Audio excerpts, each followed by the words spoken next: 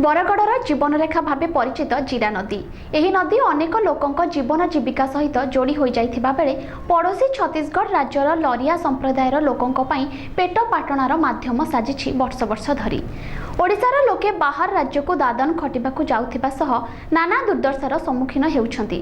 किंतु छत्तीसगढ़ लरिया संप्रदायर चाषी जीरा नदीर बाली पठारे विभिन्न प्रकार पनीपरिबा चाष करी निज परिवार प्रतिपोषण करुछंती।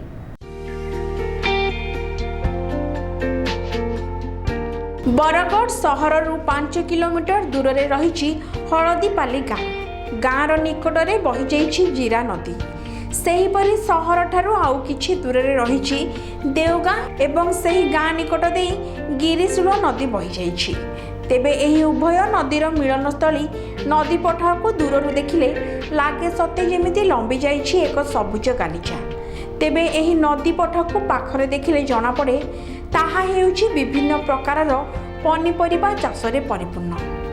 ताकु चाष करिथांती पड़ोशी छत्तीसगढ़ राज्यर लरिया संप्रदाय लोकमाने। एमाने दशहरा मास परे एठाकू आसीथांती।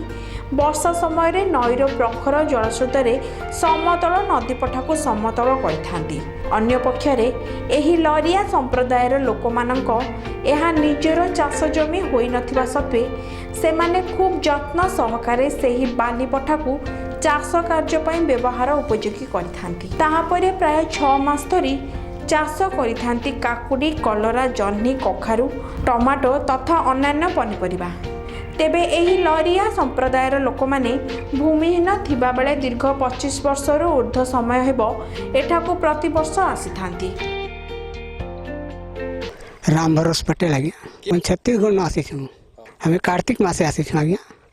कार्तिक मास ने आसी करी न चाष बास करूँ पेट पास पोछुँ और लाउ माखन जौनी झोलेर कांकेर से देसी कांकेर लम्हा कांकेर बनक खरबूजा एतकी चाष तो हो आज्ञा। बाली न पहला खत देउछुँ खत दे कर बिहन पकाउछुँ बिहन पकई करी तापरे एटा सार चरौछुँ टिके टिके सार चरई करी तेहरो मांदा भरीछुँ मांदा भरी करी फेर सार दे करी खत देउछुँ खत दे करी फेर ढाँपुछुँ हेताके लाभ तो जेन बरो जेनता आज्ञा। एसर काकेर तो ना हेला मरी गला सब खोपी गला गछटा जेन बरस 8,000 10,000 एंता मिली जाइसी खाई पी छाड़ी छुड़ा करी।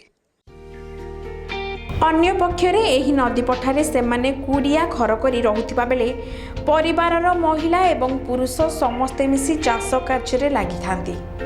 तेबे एही लरिया संप्रदायर लोकमाने खूब परिश्रमी थिबा बेले वर्ष सारा खरा काकरे काम करुथिबा बेले छोट छोट पिला माने बाली पठारे खेलकूदरे माति थांती।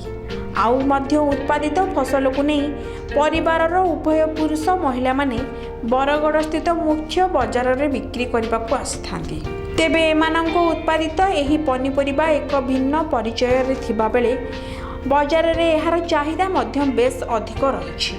छत्तीसगढ़ रायपुर निकटस्थ नयापरा और चंदरपुर आसीथिबा एही लरिया संप्रदाय लोकमाने बेस परिश्रमी होइथिबा बेले चलित वर्ष बरगढ़ सहरर जीरा एवं गिरिशूल नदी रे प्राय 10 रु ऊर्ध्व परिवार आसी नदी पठारे रहिबा सह विभिन्न प्रकारर परिबा चाष करुछंती।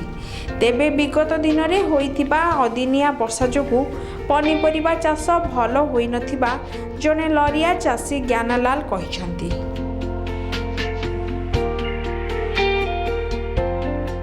Bargarh Pradeep Mahanty report Metro TV.